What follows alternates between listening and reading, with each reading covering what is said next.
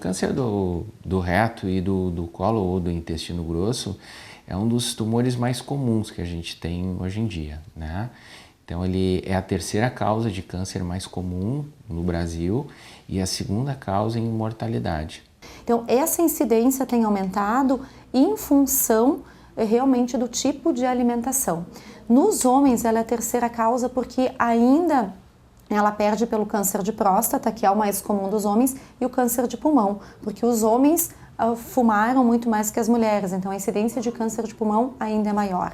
E na mulher, o câncer de intestino, em muitos locais, ele já passou o câncer de pulmão, então só perdendo pelo câncer de mama.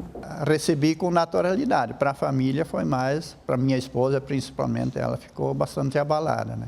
Mas hoje ela já se recuperou, já consegui tranquilizar ela que isso não é o fim do mundo, né? Que hoje em dia a medicina está avançada, tem tratamento. Quando eu percebi que eu tinha sangue nas fezes, eu já imaginei que ia ser um câncer de intestino. Para mim, eu já estava preparada.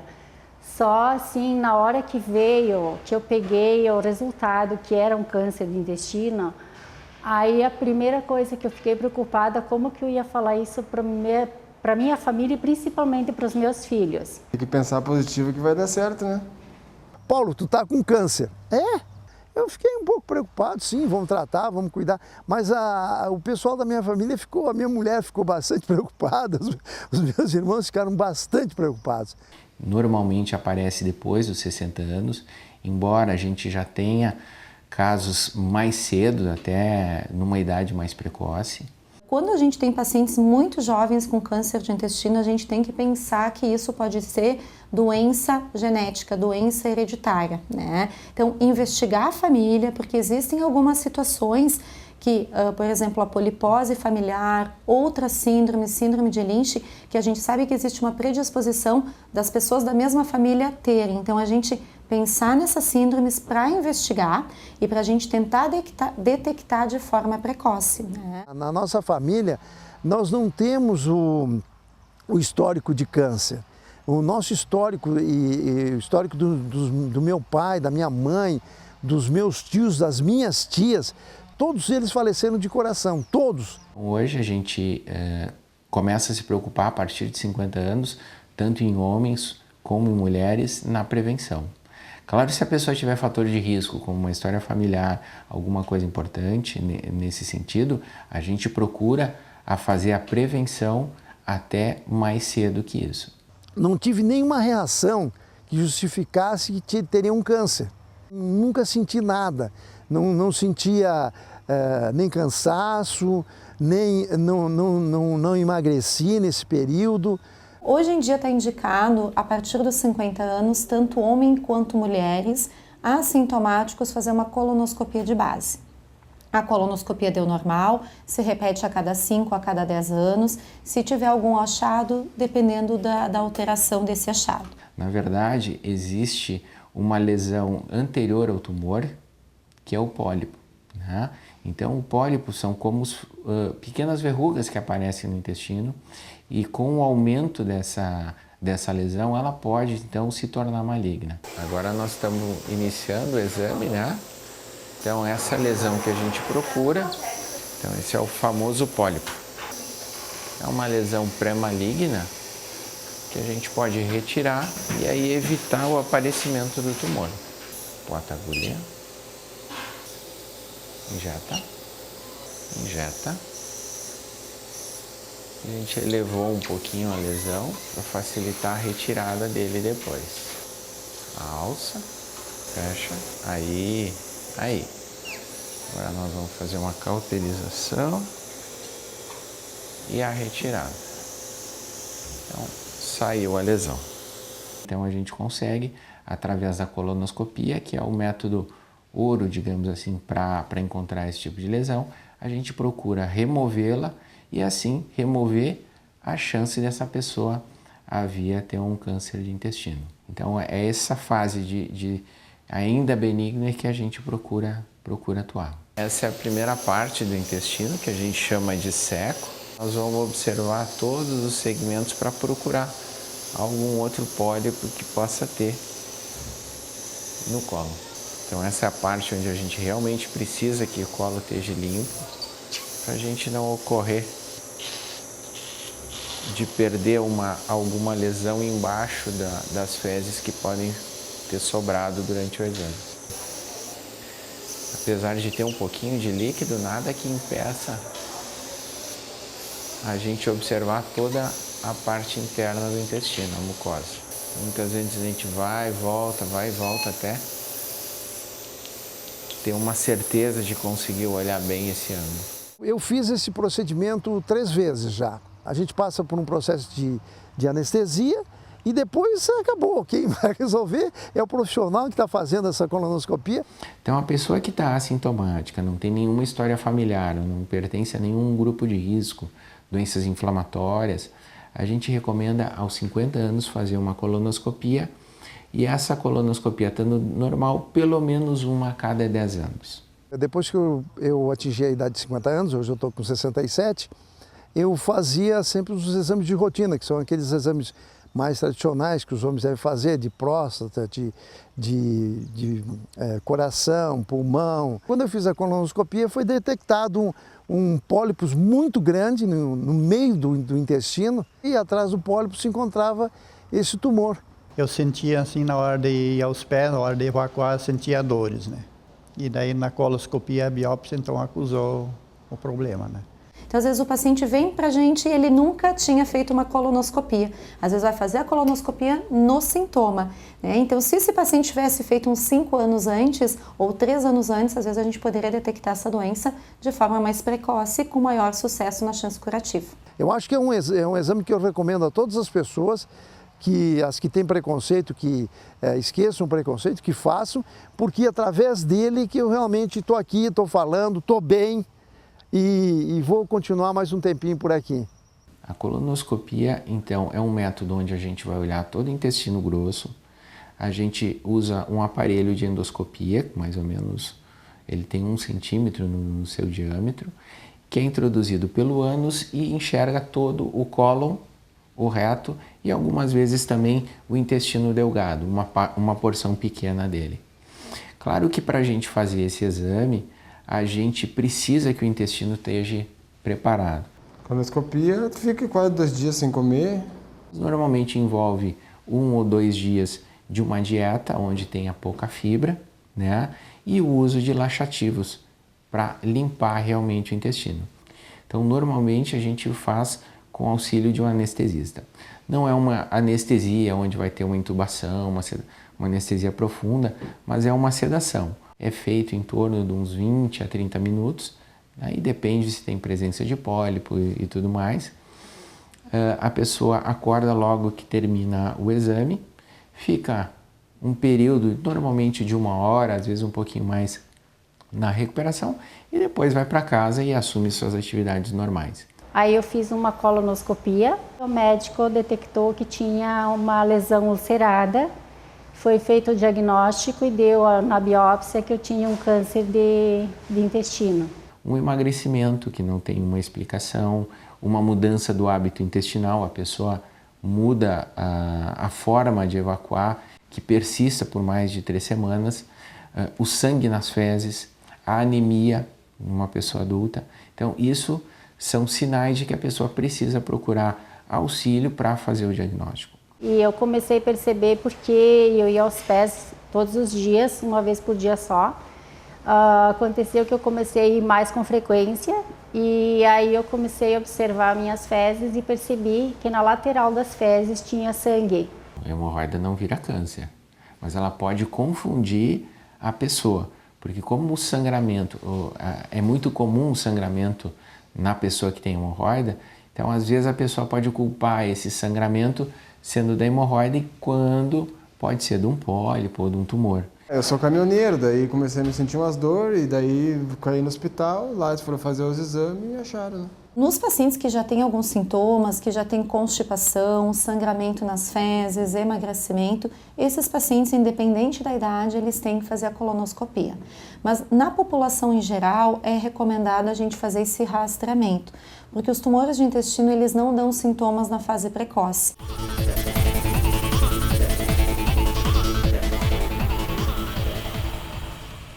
Então, toda vez que o paciente tem um diagnóstico de tumor de intestino, a gente tem que avaliar tanto o fígado quanto o pulmão, para a gente ver se tem alguma metástase à distância. E isso é visto fazendo tomografias. Então, o paciente com câncer de intestino faz uma tomografia de tórax, uma tomografia de abdômen. E esses exames não tendo doença, o tratamento dessa neoplasia de intestino é a cirurgia. Quando eu consultei o oncologista, ele também me disse, olha, Paulo, você tem que dar graças a Deus, porque você não precisa fazer nenhum tratamento, nem de químio, nem de rádio, nem de nada, que são tratamentos extremamente desgastantes, né? A cura da doença depende do estágio que ela se encontrar, né? Então, quanto mais restrito ao intestino, maior a possibilidade de cura. Então, se a gente tiver uma lesão só no intestino, a gente fala em taxas de 90%. Mas isso não quer dizer que as outras também não possam ser curadas, né? Muitas vezes a gente tem que empregar outros tratamentos, como a quimioterapia ou outras cirurgias. Então, hoje, mesmo com um paciente que possa ter doença no fígado ou no pulmão, a gente já pensa em cura para ele.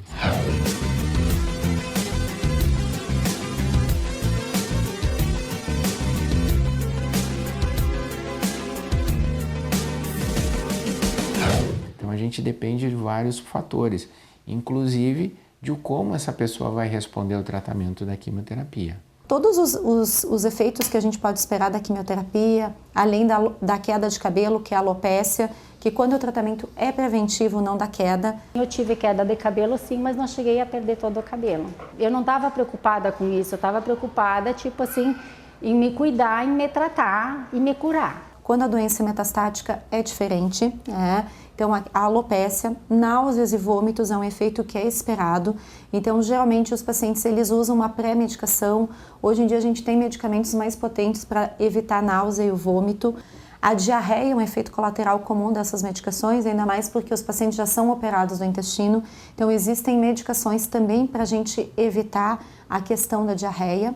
E tem alguns medicamentos que dão uma neuropatia, que é uma sensibilidade maior nas mãos e nos pés. Então, o paciente, isso é desencadeado principalmente pelo frio. Então, a gente tem uma série de orientações para os pacientes de não se expor ao frio, de evitar de lavar a mão na água gelada.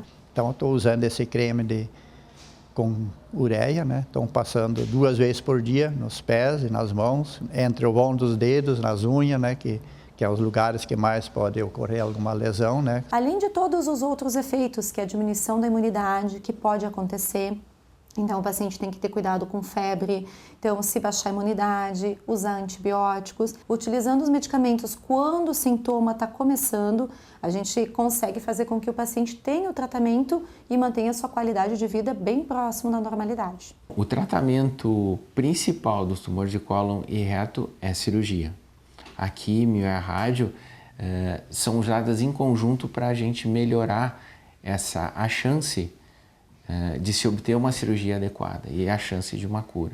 Em torno de 10 a 15% dos pacientes, às vezes mesmo com metástases, a gente pode ter chance curativa. E isso não acontece nas outras doenças. Por exemplo, um câncer de estômago com metástase no fígado, esse paciente, o tratamento ele é paliativo. No câncer de intestino, se eu conseguir operar o intestino e a metástase no fígado, são pacientes que podem ter chance curativa. A gente vai colocar ar dentro do abdômen para criar espaço para a gente colocar o material da videolaparoscopia. A procura da lesão e se tem alguma metástase, alguma outra lesão do tumor nos outros órgãos. Então aqui o fígado sem lesão tumoral. Vamos ver aqui na pelve. A gente faz com clipes metálicos. E depois que ele é clipado, a gente vai fazer a cauterização dele. Agora a gente vai conseguir o descolamento do intestino. Vamos ver aqui. Aí, beleza. Essa retração do intestino corresponde ao local do tumor. Então nós temos que ir um pouquinho mais abaixo para a gente ter uma margem distal livre. A gente vai precisar fazer uma incisão no abdômen para a gente poder retirar a peça. A gente usa esse plástico para proteger a parede do abdômen e esse vai grampear e cortar com espaço livre, uma margem de segurança. para a gente remover toda a lesão de forma oncológica. A cirurgia pode ser a cirurgia tradicional, aberta, ela pode ser uma cirurgia videolaparoscópica e às vezes pode ser uma cirurgia robótica também. Então vai depender das condições que se tem no local. Claro que a longo prazo todas elas apresentam taxas de cura muito semelhantes. Então não dá para dizer que uma é superior à outra. Depois da cirurgia, se avalia se o paciente precisa fazer o tratamento que se chama de preventivo, que é o tratamento adjuvante para evitar o desenvolvimento das metástases. O primeiro ponto é a gente conseguir ressecar a lesão e curar a pessoa. Então esse é o primeiro ponto. O segundo ponto é a gente fazer uma cirurgia em que mínimo dano funcional aconteça. Então, preservar o intestino, preservar a função evacuatória da pessoa. E depois, claro, a gente pensa na parte estética. Então, agora nós estamos verificando se o tumor já saiu inteiro e com margens livres na peça. Isso é importante antes da gente terminar a cirurgia. E agora a gente vai terminar fazendo a anastomose. Aqui tá bom, hein? Deu. E agora nós vamos testar com uma manobra simples, que é uma manobra de borracheiro. Para ver se tem algum vazamento, a gente vai encher a pelve com soro e depois vai inflar. Então o reto está cheio e não tem vazamento. Beleza, a região da anastomose. Não tem isquemia, não tem vazamento, então nós não vamos fazer colostomia. Então ficamos muito contentes do ponto de vista oncológico também, com o ponto de vista estético da cirurgia que a gente conseguiu fazer. A paciente vai para a sala de recuperação, deve ficar em torno de umas 4 a 5 horas e depois vai para o quarto. Muitas vezes a gente faz essa cirurgia em 2 tempos. Faz a ressecção do reto, já deixa pronto lá embaixo, mas a gente deixa uma ileostomia, uma colostomia, um desvio no intestino onde ele vai ficar para fora. E isso pode durar 2, 3 meses, até que esteja tudo cicatrizado lá dentro, tá? Então, esse é o motivo por que a gente faz esses 2 tempos, porque é um local ruim de cicatrizar, muitas vezes já fez radioterapia, o reto já tem algum dano no tecido, né? Então, a gente procura preservar isso e depois é feita uma pequena cirurgia para a gente colocar o intestino de volta para dentro. Geralmente é uma cirurgia bem menor que a primeira. Aqueles pacientes que têm tumor de reto, eles precisam muitas vezes fazer radioterapia antes de fazer a cirurgia. Então, o paciente fez a sua cirurgia, vai ficar com a colostomia e depois vai reverter, ou vai fazer já uma cirurgia de imediata que fica sem a colostomia. Esses pacientes, eles podem ter algumas sequelas se esse tumor é próximo ao ânus. Então, como incontinência retal, ou o paciente muitas vezes ao banheiro, não conseguir controlar o esfíncter retal. Mas geralmente isso acontece quando o tumor é muito próximo do ânus e o paciente precisou fazer radioterapia. Então a parte distal ou parte final do intestino normalmente é a mais acometida, né? Então por isso que muitas vezes, se a lesão é um pouquinho maior, a gente tem que tratar às vezes antes com quimio e rádio, antes da cirurgia, para a gente conseguir fazer uma cirurgia mais restrita, uma cirurgia, digamos, um pouco menor, para tentar preservar o ânus. Fiz até agora, hoje fiz a 13ª radioquimioterapia e daí tenho mais 15 para fazer, né? Vai terminar no dia 31 de outubro a última radioquimioterapia e daí eu vou depois ter que fazer outros exames, mais uma ressonância magnética para ver como é que evoluiu o tratamento, como é que regrediu a lesão, né? O que tem o maior impacto no câncer de intestino, principalmente, é o paciente ficar com colostomia, ficar com a ostomia. Mas os pacientes, eles ficam com a colostomia quando o diagnóstico é feito avançado, então esse tumor, ele está obstruindo, ou seu tumor de reto, né? O reto é aquela parte do intestino que é até 15, da margem anal do ânus até 15 centímetros. Então, quando é um reto muito próximo, um tumor de reto próximo à margem do ânus, o paciente tem que ficar com a ostomia. Então, esse é o primeiro impacto que o paciente tem. Alguns pacientes ficam com essa colostomia provisória, outros pacientes com a colostomia definitiva. Então, onde a gente precisa retirar, além do reto, o ânus, e aí então ficar com uma derivação do intestino. A qualidade de vida da pessoa sem um ânus funcionante acaba sendo muito ruim. Então, a colostomia e o uso da bolsa coletora, às vezes ajuda a melhorar a qualidade de vida dessas pessoas.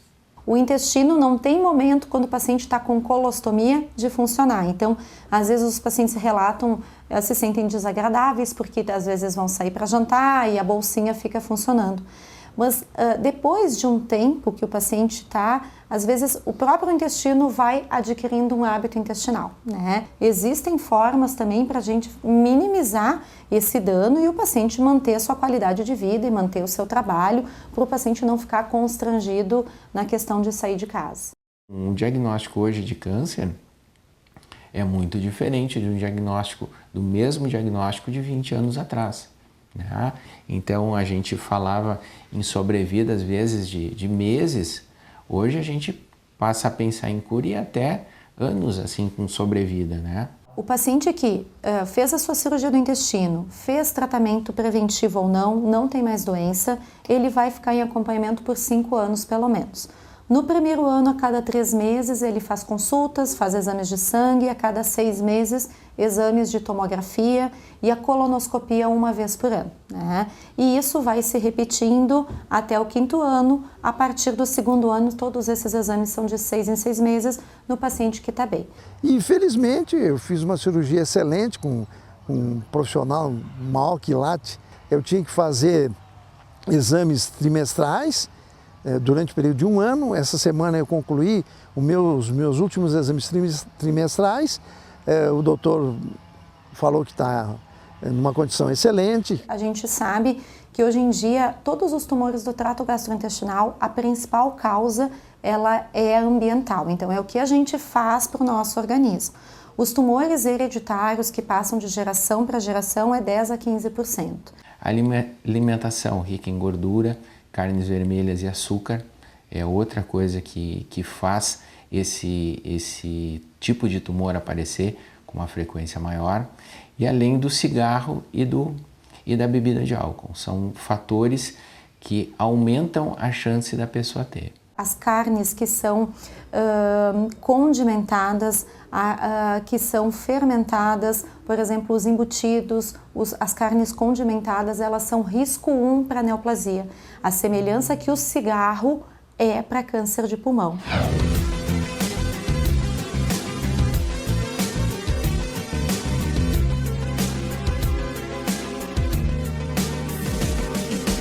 As pessoas que ingerem acima de 50 gramas dessas carnes processadas por dia aumentam em 18% o câncer de intestino. E a carne vermelha é fator de risco 2. Se a gente fosse recomendar o que fazer para prevenir o câncer de intestino é atividade física, evitar o tabagismo, quer dizer, abolir o cigarro, ingesta de bebida de álcool em pequenas quantidades, fazer atividade física, comer bastante frutas, verduras e diminuir a ingesta de carne vermelha e gorduras, então proteínas de origem animal.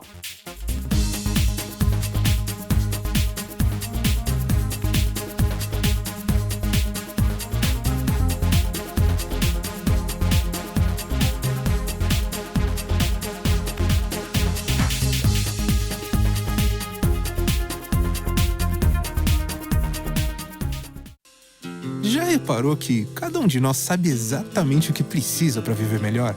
Mas a gente fica adiando. Por que não começar a mudar hoje? Agora.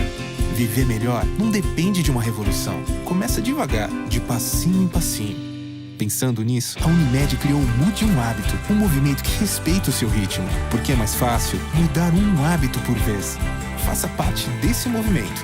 Mudar um hábito muda uma vida.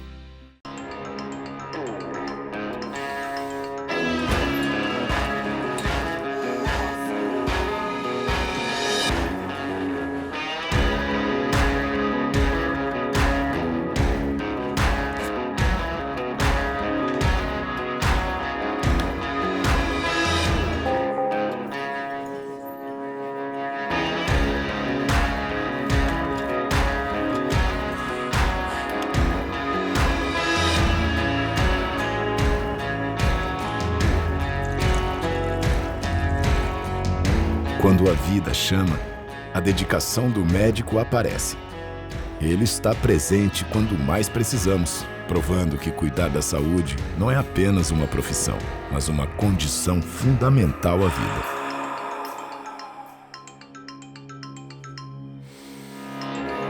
CREMERS, Conselho Regional de Medicina. O Centro Gaúcho do Câncer SECAM oferece uma estrutura completa para o tratamento clínico do câncer adulto e infantil. Com uma equipe multidisciplinar focada em resultados e qualidade de vida, disponibiliza tecnologia, conforto e precisão.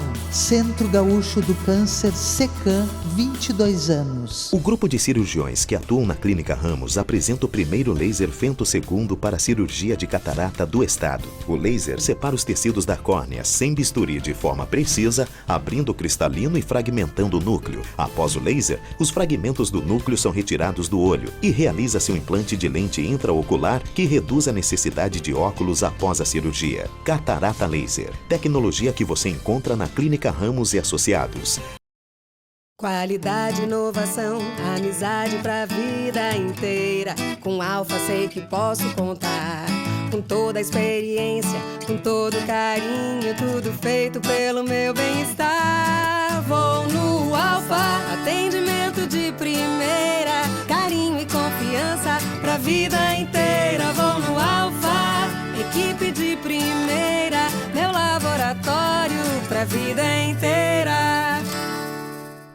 A Efeto Reprodução Humana atua como equipe médica de excelência para investigar as dificuldades do casal em engravidar e disponibiliza tratamentos de ponta para assistir à fertilidade. Efeto Reprodução Humana 3021 0530.